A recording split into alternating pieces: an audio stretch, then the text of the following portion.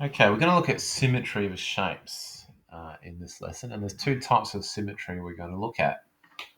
One of them is line symmetry, and the other one is rotational symmetry. So let's have a look at line symmetry. Now, a shape is line symmetry if it can be folded in half so that one half fits exactly onto the other half. This means that the two halves are reflections of each other. The fold line is called an axis of symmetry. Shapes can have one axis or several axes of symmetry. So let's have a look at this. This dotted line here shows you an axis of symmetry for that kite. Now, if I fold this shape along the dotted line, the opposite corners will fit on top of each other perfectly. Okay, so that's one thing you've got to check for when you're folding along the axis of symmetry. Do the opposite corners match up perfectly? If they do, then you've got an axis of symmetry.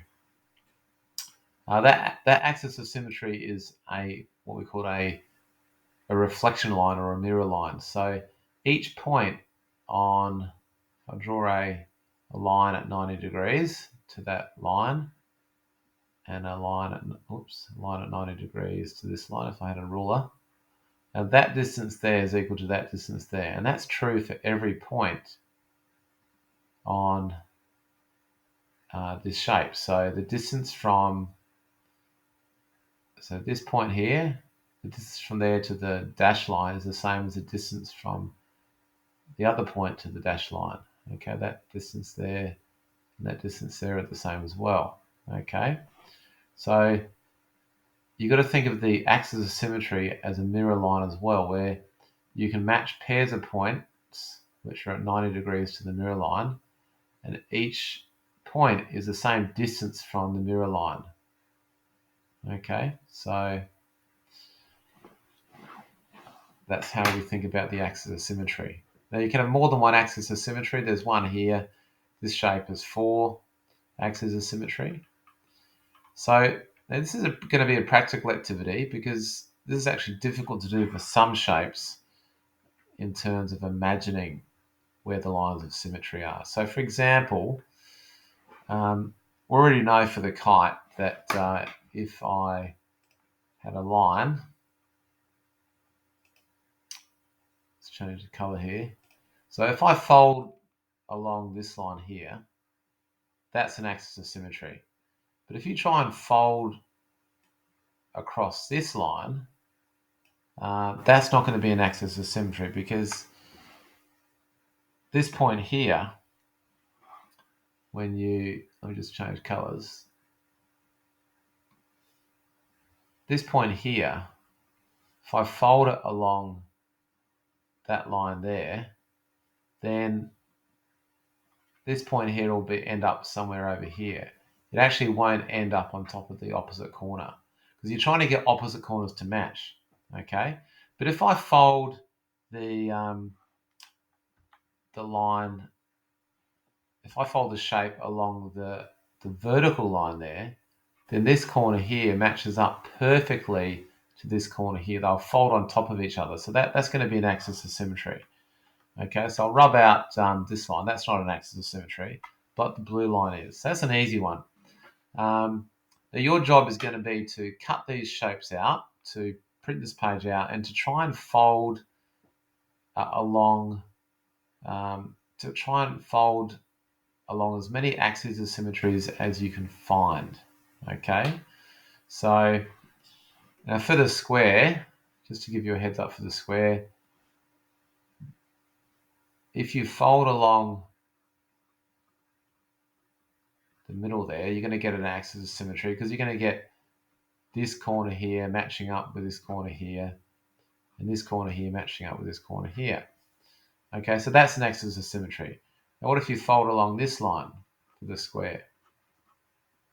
That's also an axis of symmetry because this corner here will match up with this corner here, and this corner here will fold on top of this corner here. So when I fold along the line, the corners will match perfectly on top of each other.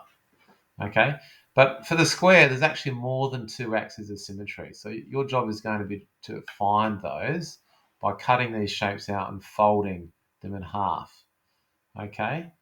Now once you do that for all the shapes, right, including the triangles and also the circle, and this shape here is called a sector, you're going to fill in this table here. Okay, and we're going to go through that together. All right, so your job will be to find as many axes of symmetry as you can do. So we've already done one, which is the kite. Okay, so the kite's got one. So I'll come down to the kite and I'm going to put a 1 there. It's got one axis of symmetry. Okay, so your job is to fill in the rest. Then we're going to go on to something called rotational symmetry. Now, rotational means that we're turning something and rotating it. So if you can rotate a figure around the center point by fewer than 360 degrees, and the figure appears unchanged, then the figure has rotational symmetry. Now, all the shapes below have rotational symmetry. So let's get the center. So let's just say here's my center of rotation right in the middle. Now, if I rotate the square around that center, how many times will the square fit onto itself? Now this is best demonstrated if we look at an animation of this. So let's have a look. So here's a square, and I'm going to rotate that square 360 degrees. And you can see as I rotate, I'm just going to drag this.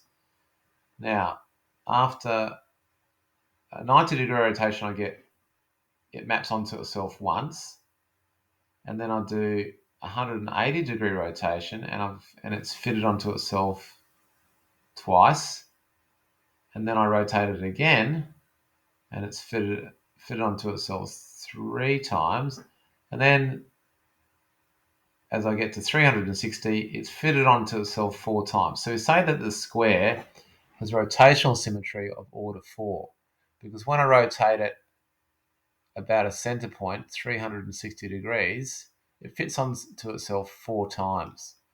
So I'll go back to the square here, and you've got to fill this table in. And we can fill in the square already. The square's got rotational symmetry of order 4. Okay, now you've got to figure out the other shapes. Now, it does say label the shapes, so you're going to label the shapes out, and then you're going to cut the shapes out and determine the order of symmetry. So what I'd do is I'd cut out the square, and I'd write on the square rotational symmetry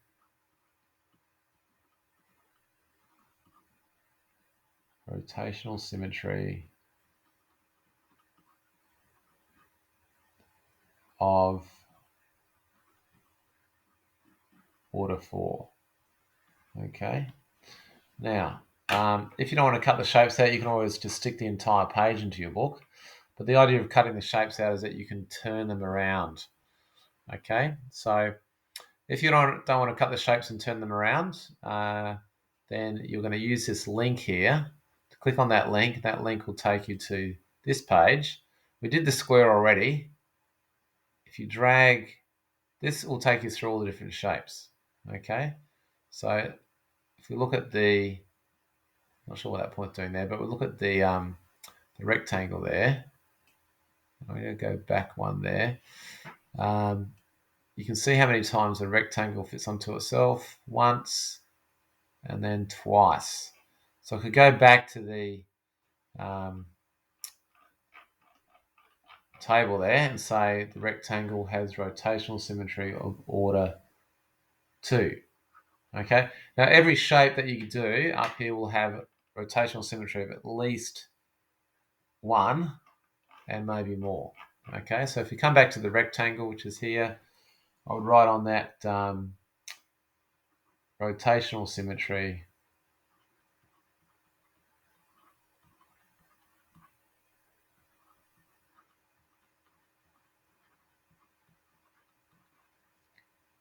of order 2. Okay, So your job will be to work out the symmetry of the other shapes. Some of these you'll better do on the computer using that that file here. Okay, this will just do the quadrilaterals. It doesn't have any triangles on there. So the shapes which are triangles, you're gonna have to figure those out yourself. Okay. All right. So that's it.